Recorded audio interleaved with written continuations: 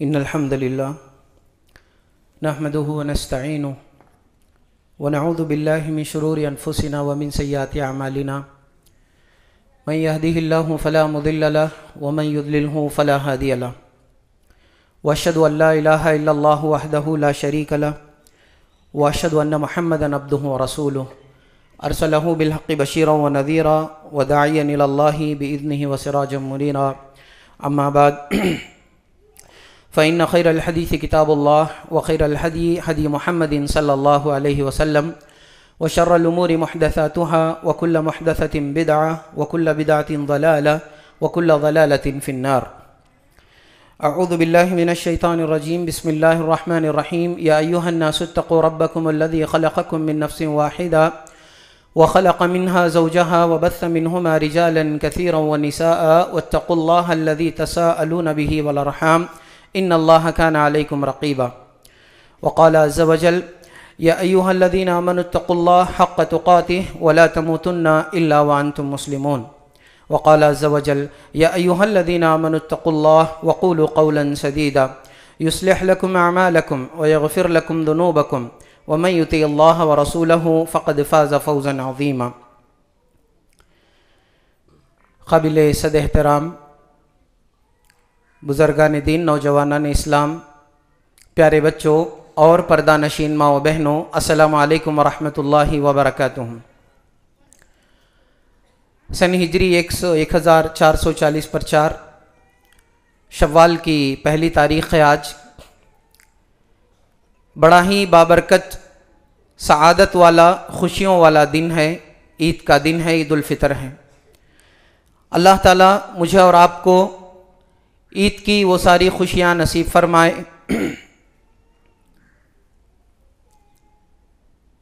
عید کا دن خوشی کا دن ہے. یقینی طور پر اس دن ہم اللہ تعالیٰ کی بڑائی بیان کرتے ہیں اور خوشیوں کا اظہار کرتے ہیں.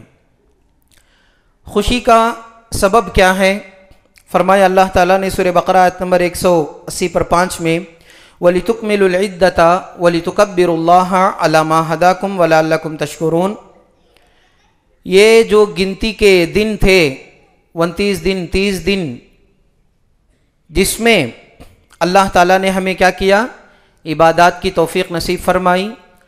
تو اس وجہ سے اللہ تعالیٰ کی تم کیا کرو؟ بڑائی بیان کرو. عَلَى مَا هَدَاكُمْ، اس وجہ سے کہ اللہ تعالیٰ نے تمہیں کیا کیا ہے؟ ہدایت عطا کی ہے. وَلَعَلَّكُمْ تَشْكُرُونَ، اور تاکہ تم شکر گزار بندے بنو. اس آیت میں ہماری ہدایت جو ہمیں نصیب ہوئی اور اس ہدایت کی وجہ سے جو ہم عبادات کیے، جو ہمارے روزے گزرے، جو ہمارے قیام اللیل گزرے، جو ہمارے اعتکاف گزرے، جو ہم نے صدقہ اور زکوٰۃ اللہ کے راہ میں دیے، یہی وہ بنیادی سبب ہے جس کی وجہ سے ہمیں خوشیوں کا اظہار کرنا ہے. نہ ہمارے کپڑے، نہ ہمارے زیورات، نہ بقیہ دوسری چیزیں وہ زینت کے اور وہ تجمل کے جس پر ہم فخر کرتے ہیں، یہ ہرگز نہیں ہے. یہ خوشیوں کے اظہار کا ایک طریقہ ہے، یہ خوشیوں کے اظہار کا سبب نہیں ہے. سبب اللہ تعالیٰ کی جانب سے جو ہمیں ہدایت ملی وہ ہے. حدیث سے سنیے مومن کیسے ہوتا ہے. فرمایا اللہ کے نبی صلی اللہ علیہ وسلم نے من سرتہ حسنتہ، جسے اس کی نیکیاں خوش کر دے، جسے اس کی نیکیاں خوش کر دے. ومن اساءتہ سیئتہ فذلک المؤمن، اور جسے اس کی برائیاں بری لگے وہی مومن ہے. تو اس حدیث سے بھی ہم سمجھ سکتے ہیں کہ خوشی کا سبب کیا ہے. مومن خوش کس وجہ سے ہوتا ہے؟ اس کے کپڑوں سے نہیں، اس کے زیورات سے نہیں، اس کی سواریوں سے نہیں، بقیہ اور دنیاوی اسباب سے ایک مومن کو خوشی نہیں ہوتی، بلکہ اصل خوشی کس سے ہوتی ہے؟ من سرتہ حسنتہ، اس کی نیکیاں اس کو خوش کرتی ہیں. فذالک المومن، یہی مومن ہے. اگر عید کے دن میں اور آپ اپنے کپڑے، اپنے سواریاں، زیورات اور دوسرے اسباب کی وجہ سے خوش ہیں تو ہم فذالک المومن کے زمرے میں نہیں ہیں. اللہ کے نبی نے فرمایا فذالک المومن، کس لیے؟ ہماری نیکیاں، ہمارے روزے، ہمارے قیام اللیل اور ہمارے اعتکاف یہ خوشی کا سبب بنے۔ ہوں گے کچھ لوگ جنہوں نے رمضان کو بھی صحیح طریقے سے نہیں گزارا۔ یہ مغفرت کا دن ہے، یہاں سے جب لوٹتے ہیں تو اللہ تعالی مومنین کی، مسلمانوں کی مغفرت کرتا ہے۔ ایسے شخص کی مغفرت ہونے کی امید ہے، بھلے سے اس نے رمضان جس طرح گزارنا ہو نہیں گزارا ہو، لیکن اس کے دل میں ایک شرمندگی ہے، اس کے دل میں ایک پشیمانی ہے، اس کے دل میں ایک افسوس ہے، ایک غم ہے، وہ کھٹکتا رہتا ہے اسے، میں نے رمضان کو ایسے جو ہے غفلت میں گزار دیا۔ اگر اسی شرمندگی کے ساتھ یہاں سے وہ اٹھے اور توبہ استغفار کرتے ہوئے اٹھے، اللہ تعالیٰ کی رحمت سے مایوس نہ ہو، یہ امید ہے کہ ہماری مغفرت ہو جائے۔ اور توبہ کس چیز کا نام ہے؟ آنے والے ایام میں، آنے والے سالوں میں اس طرح ہرگز نہیں کریں گے، یہ پختہ ارادہ ہو شرمندگی کے ساتھ، اسی کا نام توبہ ہے۔ تو یہ عید کا سب سے پہلا بنیادی پیغام ہے۔ دوسری بات، دنیا میں ہم مسلمان جس چیز سے الگ ہیں وہ ہے ایک اللہ کو ماننا، وہ ہے توحید۔ اس میں کبھی کسی موقع پر، کسی بھی حالت میں، چاہے اپنی جان چلی جائے، لیکن ہم اپنے ایمان کو باقی رکھیں۔ کسی بھی صورت میں شرک اور بدعات میں، خرافات میں، زمانے کے طور طریقے میں ہم بہہ نہ جائیں۔ توحید ہی وہ ایک چیز ہے جو ہمارے پورے اعمال کو بچا کر کے کھڑا کرتی ہے۔ دیکھتے نہیں لوگ کتنے اچھے کام کرتے ہیں، کئی کام لوگ جو ہیں اچھے کرتے ہیں اس دور سے لے کر آج تک بھی۔ کبھی افسوس ہوتا ہے کاش کہ یہ مسلمان ہو جاتا بندہ، اتنی اچھی باتیں کرتا ہے، اتنے اچھے کام کرتا ہے۔ ہمیں کیا ہوتی ہے؟ ایک تڑپ ان کے تعلق سے پیدا ہوتی ہے، لیکن ان کے پورے اعمال ہباء منثورا ہوں گے، بیکار ہوں گے، ہوا میں بھوسے کی طرح اڑا دیے جائیں گے، پورے اعمال ان کے اکارت ہو جائیں گے۔ لیکن ہمارے اعمال کو وزن دینے والی چیز، آخرت میں ہمارے اعمال کو ایک کیا ہے، اس کی ویلڈ بنانے والی چیز یہ توحید ہے۔ اگر یہ توحید ہم سے ہٹ جائے لَيَحْبِطَنَّ عَمَلُ، تو ان کے پورے اعمال رائے گاہ ہو جائیں۔ یہ چیز اللہ تعالیٰ نے تقریباً 15-16 نبیوں کا ذکر کرنے کے بعد فوراً اللہ تعالیٰ نے کہا اگر یہ شرک کریں گے تو ان کے اعمال پورے کے پورے رائے گاہ چلے جائیں گے۔ کسی بھی صورت میں توحید سے ہمیں ہٹنا نہیں چاہیے، سنت سے ہمیں ہٹنا نہیں چاہیے۔ اس کے لیے ہمارے دلوں میں اللہ تعالیٰ کی محبت ہونی چاہیے۔ لوگ بہت ساری باتوں سے محبت کرتے ہیں، لوگ جو ہیں انسانوں سے محبت کرتے ہیں، دنیا داری سے محبت کرتے ہیں، دنیا کی چیزوں سے محبت کرتے ہیں۔ ایمان والے کے دل میں صرف اور صرف اللہ بسا ہوا ہوتا ہے، اس کی محبت کا اولین حقدار اللہ تعالیٰ ہے، اس کی محبت کا اولین حقدار اللہ تعالیٰ ہے۔ فرمایا اللہ تعالیٰ نے سورہ بقرہ آیت نمبر 165 میں وَمِنَ النَّاسِ مَن يَتَّخِذُ مِن دُونِ اللَّهِ أَحْبَابًا يُحِبُّونَهُمْ كَحُبِّ اللَّهِ۔ کچھ لوگ ایسے ہیں جو اللہ کے سوا دوسروں کو جو ہے کیا بناتے ہیں؟ اللہ کے برابر بناتے ہیں، اللہ کی طرح سمجھتے ہیں اور اسے ان سے ٹوٹ کر محبت کرنے لگتے ہیں۔ جیسے ہم دیکھتے ہیں مشرکین کو، جو دوسرے غیر احباب ہیں، ان کو ہم دیکھتے ہیں وہ کیسے کیسے پاگل پن جو ہے کرتے ہیں ان کے جھوٹے معبودوں کی محبت میں، اور بقیہ دنیا والے اپنے جس چیز سے وہ محبت کرتے ہیں اس کے لیے وہ کیا کیا کرتے ہیں ہم جانتے ہیں۔ یہ دوسرے لوگوں کا طریقہ ہے۔ والذین آمنوا اشد حبا للہ، اور جو ایمان والے ہیں وہ اللہ سے ہی ٹوٹ کر محبت کرنے والے ہوتے ہیں۔ اللہ تعالیٰ نے نہ صرف محبت کا لفظ استعمال کیا بلکہ اللہ تعالیٰ نے فرمایا اشد حبا للہ، سخت ترین محبت۔ اس کی محبت کے آگے کوئی چیز نہیں ٹکے گی، اس کے سامنے وہ گھر بار چھوڑنے کو تیار، رشتہ دار چھوڑنے کو تیار، دنیا کے بڑے سے بڑی نعمت کو چھوڑنے کے لیے تیار، لیکن اللہ کی محبت کے آگے اس کے نیچے یہ پوری دنیا ہیچ ہے۔ یہ ہوتا ہے ایمان والا، یہ ہوتا ہے مومن۔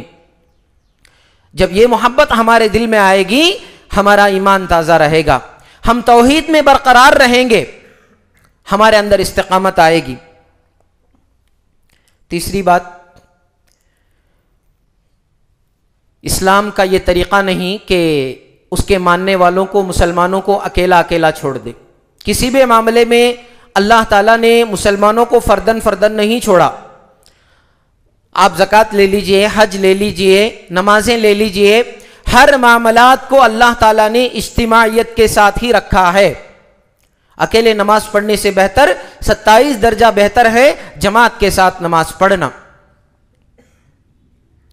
حج میں انہی ایام میں پورے کے پورے وہاں پر جمع ہو، عرفہ کے میدان میں جمع ہو، منا مزدلفہ میں جمع ہو، مطاف میں جمع ہو، انہی چند دنوں میں، وہ 7-8 دنوں میں اگر جمع رہیں گے تو آپ کا حج ہوگا، ورنہ نہیں۔ اپنی سہولت سے الگ الگ جا کر کے حج کر کے آئیں گے، ایسا نہیں ہے معاملہ۔ ہماری پوری عبادتیں اجتماعیت سکھاتی ہیں، اتحاد کو سکھاتا ہے۔ مشہور آیت بار بار ہم سنتے ہیں، وَاعْتَصِمُوا بِحَبْلِ اللَّهِ جَمِيعًا وَلَا تَفَرَّقُوا، الگ الگ نہ رہو، اللہ کی رسی کو مضبوطی سے تھام لو۔ اللہ کی رسی اللہ تعالیٰ کا کلام پاک ہے، اور اس کی تشریح، اس کی وضاحت اللہ کے نبی کے احادیث ہیں، انہی کو تھام کر کے ہم اتحاد قائم کر سکتے ہیں۔ بھلے سے ہمارے اندر اختلافات ہیں، ہم الگ الگ طریقے سے بٹے ہوئے ہیں، لیکن پھر بھی امت کے لیے درد، ہمدردی اپنے دلوں میں رکھیے انشاءاللہ۔ ہر ایک مسلمان کے لیے نرم دل بنیے، اس کے لیے ہمدرد بنیے، اس کے لیے اچھی مثبت سوچ رکھنے والا بنیے، ورنہ ہم مومن نہیں۔ ایک مومن جب تک مومن نہیں ہوگا اپنے بھائی کے لیے وہی کچھ سوچے جو اپنے لیے پسند کرتا ہو، جو اپنے لیے سوچتا ہو۔ یہ اجتماعیت ہے۔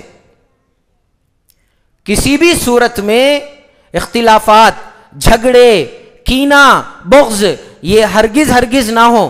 لاکھ دنیا کے اسباب کی وجہ سے دشمنی آ جائے، لیکن عفو درگزر سے کام لیں، معاف کریں۔ اللہ تحبون ان یغفر اللہ لکم، کیا تم یہ نہیں چاہتے کہ اللہ تعالیٰ تمہاری مغفرت کر دے، تمہیں معاف کر دے؟ تو اپنے بھائیوں کو، اپنے بہنوں کو، اپنے اطراف رہنے والوں کو معاف کیجئے، دلوں کو بڑا رکھیے۔ اس سے امت میں طاقت آئے گی، مضبوطی آئے گی، ایک اچھا مضبوط معاشرہ ہم بن کر کے رہ سکتے ہیں۔ عورتوں کی تعلیم کے تعلق سے توجہ دینی چاہیے، عورتوں کے اندر عقیدے کو اور اسلام کی خوبیوں کو ان کے دلوں اور دماغ میں بٹھانے کی ہمیں کوشش کرنی چاہیے۔ ایسے ادارے قائم کیے جانے چاہیے، ایسے مدارس، ایسے مرکز قائم ہو جہاں پر خصوصی طور پر عورتوں کے جو ہیں دینی تعلیم کے اہتمامات ہوتے ہوں۔ چند دن پہلے ہمارے ایک سر جو ہے ایک 5th اسٹینڈرڈ میں پڑھاتے ہیں، انہوں نے ایک واقعہ بتایا۔ آپ سوچیں گے کہ کیوں ضروری ہے عورتوں کو تعلیم دینا۔ وہ میتھس سکھا رہے تھے، میتھس میں ایک چیپٹر ہے فریکشن، جسے جو ہے کسر ہم کہتے ہیں، 1/2، 1/3، 1/6 جو یہ حسابات سکھاتے ہیں، فریکشن یہ سکھا رہے تھے۔ اس موقع پر انہوں نے علی رضی اللہ تعالیٰ عنہ کا ایک واقعہ ان کو سمجھایا، جس میں وہ فیصلہ کرتے ہیں کہ 17 اونٹ جو ہیں کیسے برابر وراثت میں بانٹتے ہیں۔ وہ بیت المال سے ایک اونٹ 18 اونٹ لے کر کے اسے مکمل کر کے اس کا 1/6 1/3 الگ الگ بانٹ کر کے 1/2 بانٹ کر کے دیتے ہیں، پھر باقی بچا ایک اونٹ بیت المال کو واپس کر دیتے ہیں۔ ایک واقعہ ہے، یہ واقعہ سمجھا کر کے وہ میتھس میں فریکشن بتا رہے تھے۔ علی رضی اللہ عنہ کا واقعہ انہوں نے کہا، ایک لفظ خلیفہ علی رضی اللہ عنہ۔ 5th اسٹینڈرڈ کے لڑکے بھی بیٹھے ہیں، لڑکیاں بھی بیٹھی ہیں، یا سمجھے ایسے لڑکے ایک کلاس میں پڑھے تھے، لڑکیاں کو ایک کلاس جب انہوں نے لیا تو جب لڑکوں کو پڑھایا گیا تو انہوں نے کہا، بچوں نے بتایا علی رضی اللہ عنہ چوتھے خلیفہ ہیں، خلیفہ کا جب لفظ سنا تو انہوں نے بتایا خلیفہ کون ہوتا ہے؟ یہ رسول اللہ کے بعد دین کا امام ہوتا ہے، لوگوں کا، مسلمانوں کا امام ہوتا ہے، یہ حکمران ہوتا ہے. یہ پوری باتیں بتائی اور ترتیب وار پورے خلیفے کا نام بھی بتائے انہوں نے. یہ لڑکوں کی حالت ہے. جب یہی لڑکیوں کے سیکشن میں یہ واقعہ پڑھایا گیا تو انہوں نے پوچھا سر خلیفہ کس کو کہتے ہیں؟ خلیفہ کس کو کہتے ہیں؟ دیکھیے اس کم عمری میں، اتنے عمر میں ان کو، بچیوں کو اتنا تک معلوم نہیں خلیفہ کسے کہتے ہیں. اب بقیہ چیزیں ان کو کیسے معلوم ہوگی؟ بقیہ دین کی باتیں ان کو کیسے معلوم ہوگی؟ اس سے معلوم ہوتا ہے کہ کیسے بھی ہو لڑکیوں کے اندر، عورتوں کے اندر دین کی کمی اور اس کی کم علمی ہوتی ہی ہے. نتیجہ آج ہم ارتداد کی شکل میں دیکھتے ہیں، بہت ساری شکلوں میں دیکھتے ہیں. وہاں جا کر موبائل اٹھانے سے بہتر ہے کہ یہاں ہوش کے ناخن لو. کتنے بچیوں کے پیچھے موبائل اٹھا کے گھومتے رہیں گے؟ جب وہ ان کے گھروں میں ہوتے ہیں تو انہیں وہاں پر تعلیم دو. قریب میں پچھلے مہینوں میں مسلم پرسنل لا بورڈ کا جو ہے ایک رہنمائی ان کی طرف سے ایک ہدایت آئی. کیا؟ مسجد کے دروازے عورتوں کے لیے کھولے جائیں، مسجد میں ان کے لیے آنے دیں، ان کے لیے انتظامات کریں. جمعہ کے خطبات میں، بقیہ علمی دروس میں عورتوں کو لے کر کے آئیں.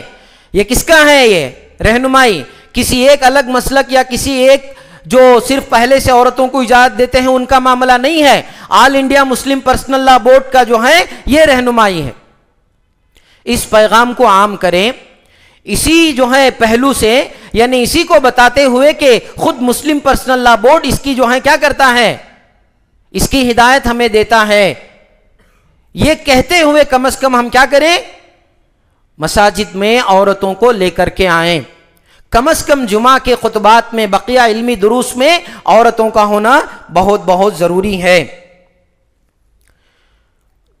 عید کی ایک سنت یہ ہے کہ جب اللہ کے نبی صلی اللہ علیہ وسلم عید سے واپس جاتے تو اللہ کے نبی صلی اللہ علیہ وسلم کیا کرتے تھے؟ وخالف الطریقہ، ایک دوسرے راستے سے اللہ کے نبی صلی اللہ علیہ وسلم جاتے تھے. کس وجہ سے ہے یہ؟ کیا مطلب ہے اس کا؟ ادھر سے آئے ادھر سے چلے گئے تو کیا راستہ بدلنا ہو جائے گا؟ ایک گلی سے آئے بازو گلی سے گزر گئے. جب اس کی تفصیلات اور تشریحات ہم دیکھتے ہیں تو کئی اسباب بتائے گئے ہیں. ان میں سے ایک جو اجماعی طور پر جو معلوم ہوتا ہے وہ ہے معاشرے کا ایک آبزرویشن. ہمارے محلے میں، ہمارے معاشرے میں، ہمارے سماج میں ہماری کڑی نگاہ ہونی چاہیے. اس دور میں کیا ہوتا تھا؟ عید کے موقع پر دور دور سے، خریے سے دور دور سے لوگ جو ہے آتے تھے. اسی لیے جب آج کی طرح جو ہے جمعہ اور عید ایک ساتھ ہو جاتا تو اللہ کے نبی صلی اللہ علیہ وسلم جو ہے چھوٹ دیتے تھے، رخصت دیتے تھے کہ جو لوگ دور دور سے آئے ہیں وہ جمعہ کا انتظار نہ کریں، عید پڑھ لیے ان کے لیے کافی ہے، وہ واپس چلے جائیں، وہ واپس جا سکتے ہیں. اس طرح اللہ کے نبی کہتے تھے. تو کہنے کا مطلب یہ ہے کہ لوگ دور دور سے جو ہے آتے تھے، ان کا راستہ جو ہے لمبا تھا، طویل تھا، بڑا تھا. ان سے یہ کہا گیا یا ان کے لیے اللہ کے نبی نے ایک نمونہ یہ بتایا کہ وہ راستہ بدل کر کے جائیں، دیکھیں کہ راستے امن ہیں کہ نہیں ہیں، یا ابھی بھی لوٹے جا رہے ہیں. ان راستوں میں امن ہے کہ نہیں ہے، ان راستوں کے غربا کی حالت کیا ہے، ان راستوں میں تمہارے رشتہ دار ہیں، کیا کبھی انہیں تمہیں دیکھا کہ نہیں دیکھا. ایک راستے سے جو تمہارا عام راستہ ہے اسی سے تم آتے ہو جاتے ہو، اسی کی تمہیں خبر ہے، بازو والے راستے کی تمہیں ذرا خبر نہیں ہے. ایسے ایک مومن نہیں ہوگا. ملک کے حالات بدل رہے ہیں، بدل چکے ہیں. ایسے حالات میں ہمیں ملک پر کڑی نگاہ ہونی چاہیے. ہمارے محلے میں، ہماری بستی میں آپ بھی نوٹ کرتے ہوں گے جو کچھ نہیں ہوتا تھا وہ سب اب ہو رہا ہے. ایسا کیوں ہے؟ ذرا ہوش کے ناخن لیں، ذرا جو ہے نگاہیں کھول کر کے رکھیں، ذرا دماغ کے کانوں سے باتوں کو سنیں. کیا ہو رہا ہے دیکھیں اطراف میں. یہ چیز ہمارے لیے بہت بہت ضرورت ہے.